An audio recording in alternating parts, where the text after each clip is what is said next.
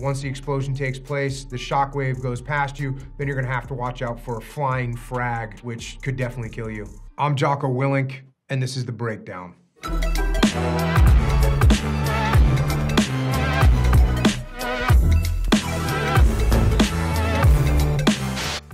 This is Tears of the Sun.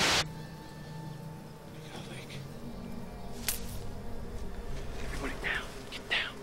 Get down.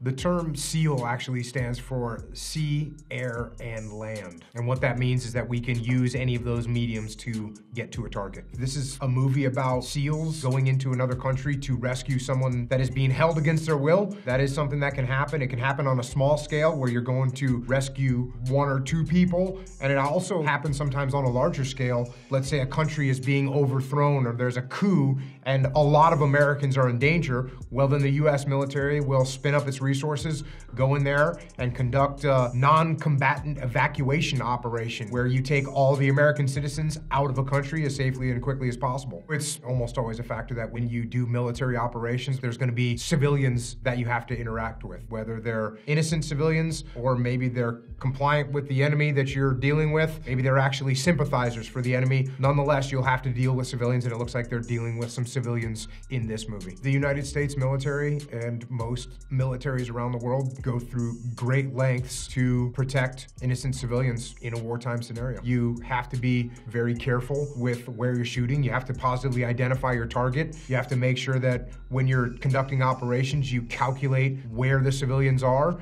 and how you're going to contend with them once the operation starts. Where you at? Where you at?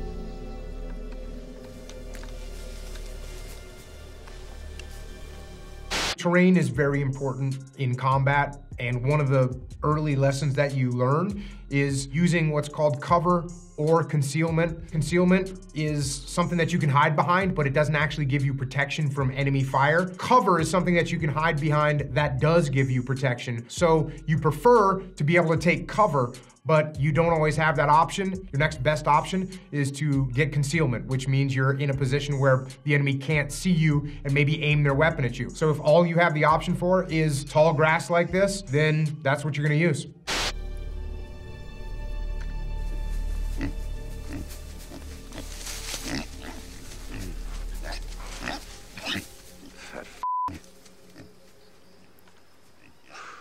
When you're out in the field, there's all kinds of things that are around you. They're not always the enemy. So a situation like this, he hears movement out there and it happens to be a pig. This is something that could happen. When you're moving through a closed terrain like that, hearing is one of your best senses. And so as you listen, you might not be able to discriminate between what's an enemy person walking and, in this case, a pig. You have to try and pay attention, but you still have to address the threats because you can't be 100% sure of what something is.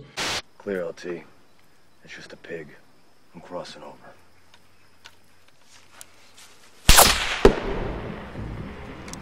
Sniper, 11 o'clock. Snipers have a very scary advantage. In a situation like this, you're staring at 270 degrees of pure threat. A sniper has to take 1 shot, and that's what just happened. It'd be impossible to stop that in this particular situation. I got hit. Sniper. Go!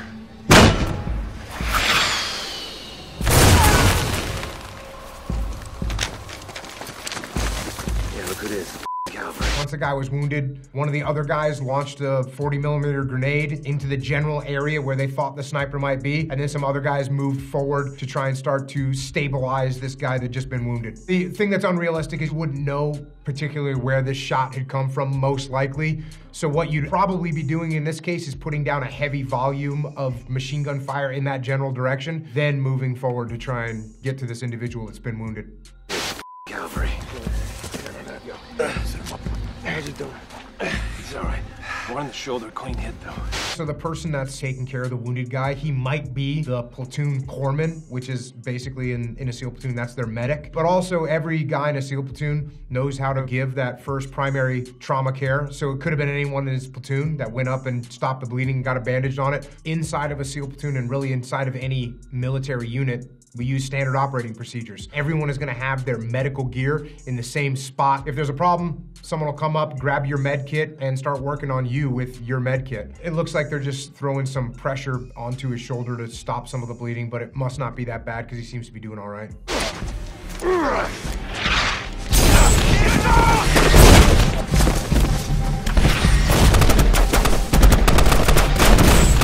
Looks like they're trying to show sort of a traditional cover and move. They're doing it a little bit backwards because it looks like the guys, when they get up, they're shooting, and then when they lay down, they're not shooting. It should be the opposite. It should be when you're down and you can actually handle your weapon, you're shooting, and then when you're up and moving, you're not shooting because you can't really shoot that accurately. Not that you can never shoot when you're moving, but it looks like that's what they're trying to show here. You see the guys laying down and then rolling over. What they're trying to simulate is when you're in a firefight, you don't want to lay down and then get back up in the exact same spot, because if the enemy saw you lay down, they'll be looking for you when you stand back up and they'll shoot you. What you'll do is get down and then move, so when you stand back up, you're in a different location. Whether you're gonna do this kind of crazy looking combat roll, probably not likely. You're probably just gonna slide over, move over, crawl over to a new location before you get back up, but I guess that wouldn't look as good for the camera.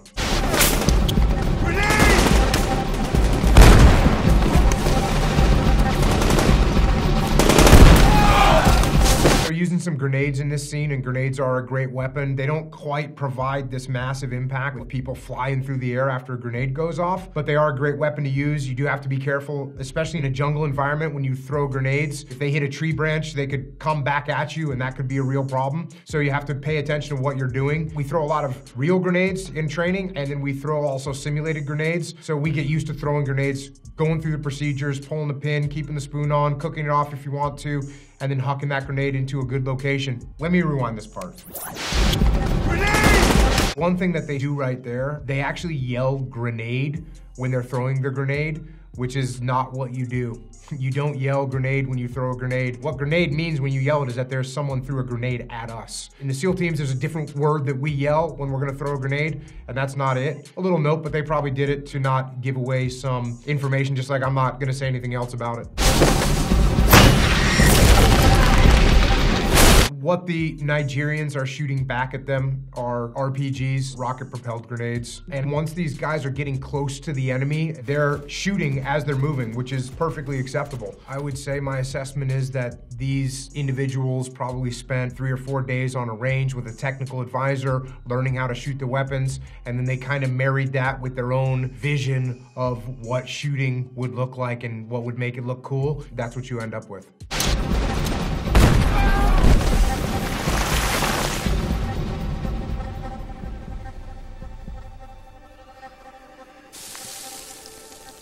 Once the firefight is over, what they actually need to do is set security and make sure that they are in a secure position, that the enemy doesn't flank them or counterattack before they go and try and recover, I guess, the American that they're looking for. Dr. Kendrick! That's the mission that they're there to execute, so they're gonna get that job done, but they should definitely set security. You always gotta watch your flanks. Next up, Battleship.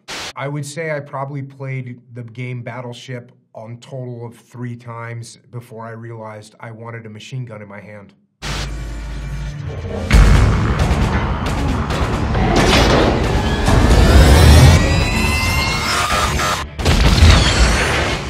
It doesn't seem really necessary to make up a movie like this. You know, you could look at the American Navy fighting against the Japanese Imperial Navy in World War II, and you could get as much drama and heroics as you could possibly imagine. America has fought fierce enemies, and we should probably make movies to remember those efforts instead of making up these random science fiction things. As far as my knowledge of fictional alien weapon systems, I don't know, but this weapon system is supposed to be, you know, something similar to an American warship that locks onto targets using radar, laser rangefinders, and a bunch of other high-speed technology to locate and fix on an enemy target. Incoming, headed for the John Paul Jones. John Paul Jones' famous quote is, "Don't give up the ship." And he's got a ship named after him, the John Paul Jones, which is now under attack by an alien naval vessel. This is dumb. Unknown inbound at Horizon. Vampire, killing with sea witch. The fighting of the ship is done from a place called the Combat Information Center, I think the CIC. And that's a room where there's a bunch of monitors, radars, and a bunch of information is being pumped in there, and then people are making decisions in there. Unknown inbound at horizon. Vampire, killing with seaweed. She says something like there's inbound rounds coming their way. He says verify, and then he says killing with Sea-Wiz, which the Sea-Wiz is the weapon system, which is shooting a massive amount of rounds out at an incoming object. And again, these are just sort of what some inexperienced Hollywood screenwriter thought would sound cool to explain what was happening in the situation and fill some verbiage in there. Firing it up! The little boat that you're seeing is called a rib, a rigid hull inflatable boat, which usually launches off of one of these larger vessels. And in this particular case, it's got a Gao minigun on it, which shoots thousands and thousands of rounds per minute. That's not a normal armament for a normal fleet rib. But this is a movie, and it's not a good movie. So I guess they put it in there for some reason. We're hit!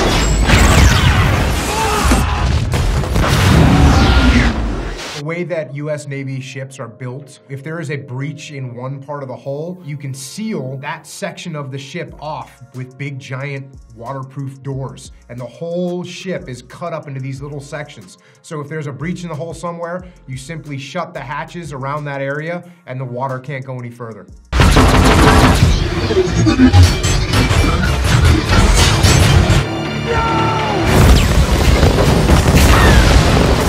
If a ship was detonated by alien weaponry into multiple pieces like this and you were close by to it, you would have to watch out for the impact of fragmentation. First, there would be a shockwave, which likely wouldn't hurt you depending on the enemy armament.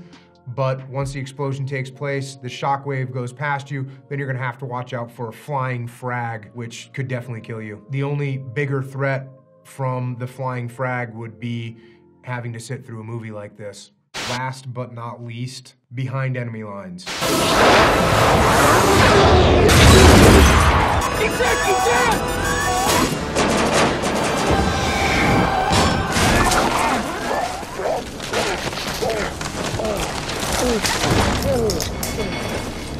Even though this guy is a Navy pilot, if he needs to be rescued from being shot down, it's likely going to be some kind of a search and rescue. In a search and rescue or downed pilot recovery, there's a high likelihood that you're going to use helicopters because you can launch them, you can land very close to or on top of the downed pilot. You can get him on board the helicopters and leave. So the only thing that might prevent that is if it was a massive surface to air threat, then maybe ground troops would have to walk in to recover the pilot, walk back out, and then get to a point where they could safely get on board of helicopters. And this is Marine Corps helicopters, Huey helicopters that have been around since Vietnam. It looks like they're going in unescorted by any attack helicopters, but it's a movie. We're gonna deal with it.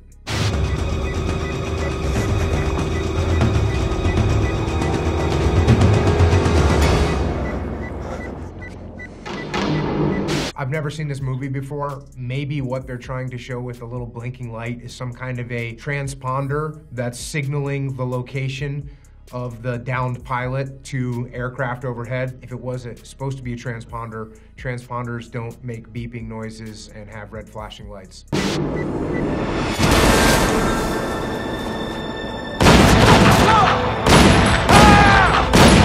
Owen Wilson's character is a pilot, which means there's a high likelihood he would not be traveling with a battle rifle of any kind. He's gonna travel with a pistol just in case he got shot down. For some reason, he took a lot of time to get in this stealthy position and trick this sniper to come out into the open. It seems like it would have been a better idea just to sort of not make a big show of yourself so that the sniper would know you were there and then shoot the sniper in the back. But once again, for purposes of drama, he makes this giant entry into the scene, bursting out of the snow. Very exciting.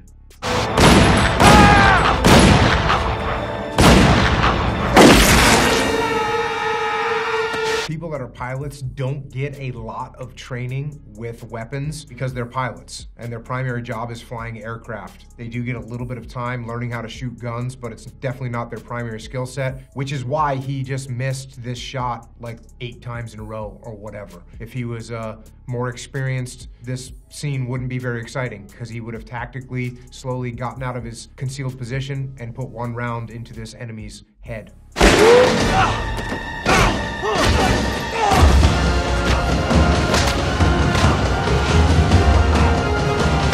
As far as the hand-to-hand combat, it's the same thing. Pilots are not going to get a lot of hand-to-hand combat training because that is not their primary, secondary, or even tertiary mission. I think what we have to hope for is that this pilot either wrestled or boxed or did jiu-jitsu at some point in his life.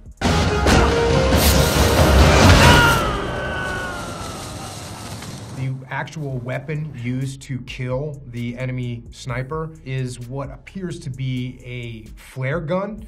And we do have these little pencil flares that are very small. They're about the size of a pencil, and they shoot a very small flare, almost like a tracer round from a bullet. Last ditch, if someone was flying overhead, you could shoot this thing and they might be able to see you. It seems like that's what they're trying to portray, that he fires off some kind of a small flare like that and then sticks it into the guy's sternum for the kill shot. I think really what we're hoping is that Owen Wilson focuses more on Wes Anderson from here on out. That was just the breakdown from GQ. Thanks for watching.